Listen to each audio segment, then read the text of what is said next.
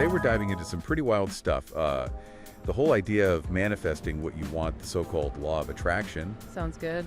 Also a talk called Secret Money-Making Methods That Rich People Don't Want You to Know. A summary of his book, Your Wish is Your Command. Yeah. And a bunch of episodes of the Kevin Trudeau show. Limitless, so... Lots to dig into. Yeah, a lot to unpack here, but let's see if we can pull out some core ideas and see what's actually useful in all of this. Right, so one thing that jumps out from all these sources is this idea that your brain's like a transmitter and receiver of something like frequency. Okay. And like every single thought you have, whether you're aware of it or not, is sending out this signal. Okay, hold on. Let's break down this frequency gig for a second. Sure. It's a little out there. Can we think of it like tuning into a radio station? Like your thoughts are broadcasting on a certain wavelength, and the universe is kind of tuning into that signal. Yeah, I think that's a helpful way to look at it. The sources seem to say that successful people do this naturally. Like they're subconsciously attracting what they want, wealth, opportunities, Right. all that, without really trying to like manipulate this frequency thing. Yeah, it's like their internal state has a certain vibration, you know? And the sources really stress that the strengths of this vibration and how consistent you are with it, that's what matters. So it's not enough to just think positive for a minute here and there. Exactly. It's about a sustained mental and emotional state. Gotcha. A strong, steady signal is what supposedly gets the universe to align with it, bringing you what you want and potentially pretty quickly. So it's like learning to control the dial on that radio analogy. So you're always tuned into the station you want. Yeah, that's a good way to put it. Okay, and another theme that pops up everywhere is the importance of feeling good.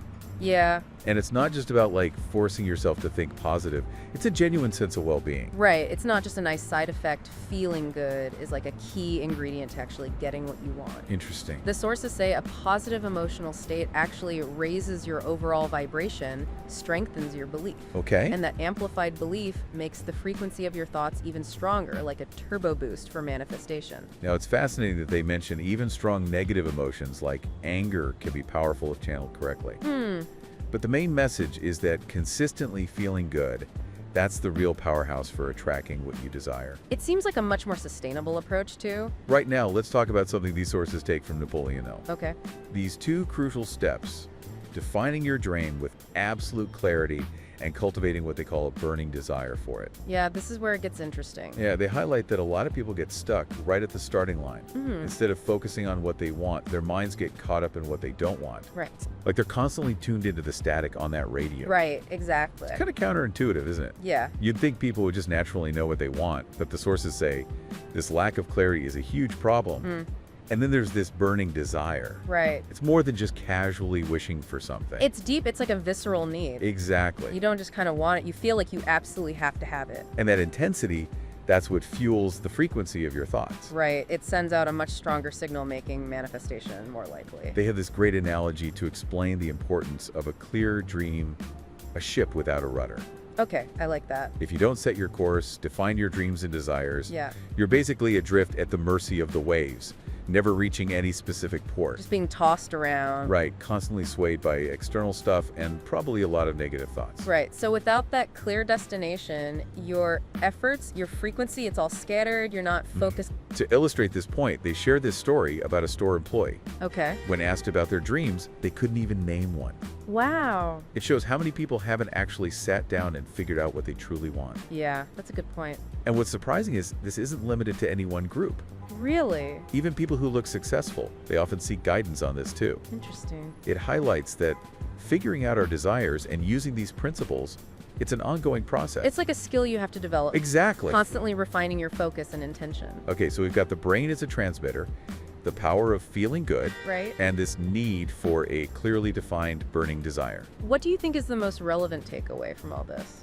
Well, it definitely makes you think about how much time we spend dwelling on what we don't want Right. instead of what we do want. It's a huge shift in perspective. So to recap, these sources are saying our brains are like frequency transmitters. Yeah. Feeling good amplifies that signal. Amplifies it. And having those crystal clear desires fueled by that burning intensity gives that signal a target. Makes sense. They really emphasize that mastering this basic stuff is the first step to consciously shaping our reality.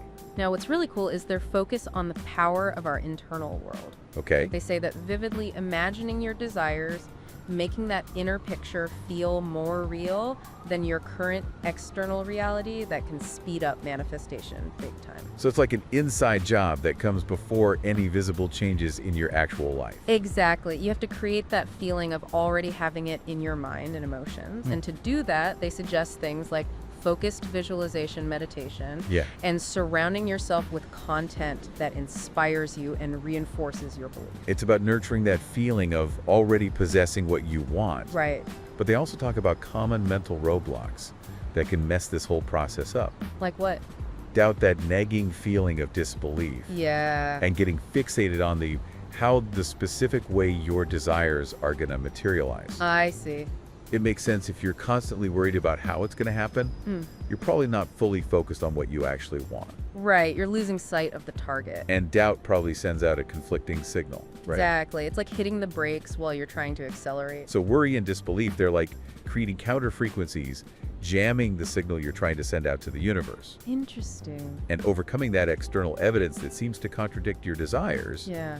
That takes consistent inner work. It does. And a real effort to engage with positive, focused information that strengthens your belief. Okay, now they talk about this interesting concept called the sweet spot of desire. Right, it's about finding that right balance in what you aim for. So how do you hit that sweet spot? A truly potent desire is something big enough to get you really excited, ignite that burning feeling. Yeah.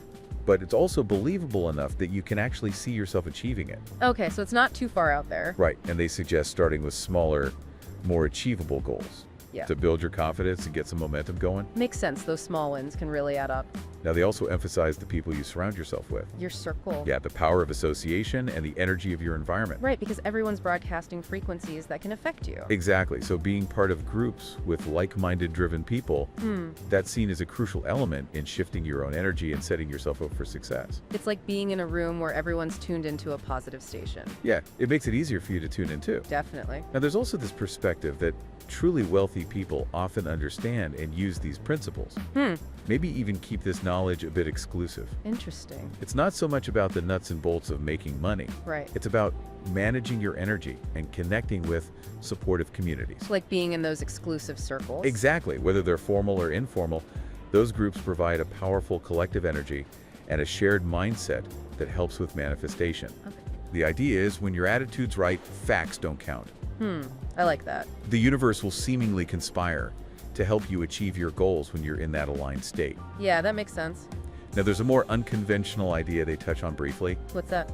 The possibility of genetic or deeply ingrained influences on our mindset around things like wealth. Okay. The idea that a poverty mentality might be deeply rooted for some people through family history, societal or religious beliefs. I see. So you might need to break through certain ingrained thought patterns to cultivate what they call a wealth consciousness. Interesting. And finally, they offer some advice on who you should learn these principles from. Okay, who should we be listening to? They say it's better to learn from people who have proven success in various areas of life. Not just people who talk about manifestation. Exactly. Not just the theorists, they should have walked the walk. Right, they need a track record. Yeah, it's about the credibility and practical application of this knowledge. Makes sense. So as we wrap up this deep dive into these ideas on manifestation and the law of attraction from Kevin Trudeau's perspective, Right.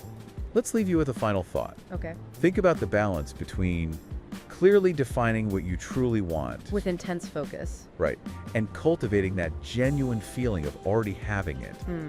How could consciously and consistently managing your thoughts and emotions every day Yeah. influence the frequency you're putting out there, Right. and ultimately the reality you experience? It's a really interesting question. This exploration of the power of belief and focused intention, Yeah, based on Kevin Trudeau's ideas, definitely. it definitely gives you a unique framework to think about your own goals and aspirations. It really does make you think. It does. It does. All right, that's it for today. Thanks for having me. Thanks for listening. It was great. See you next time. Bye. Bye. Waiting for the moon.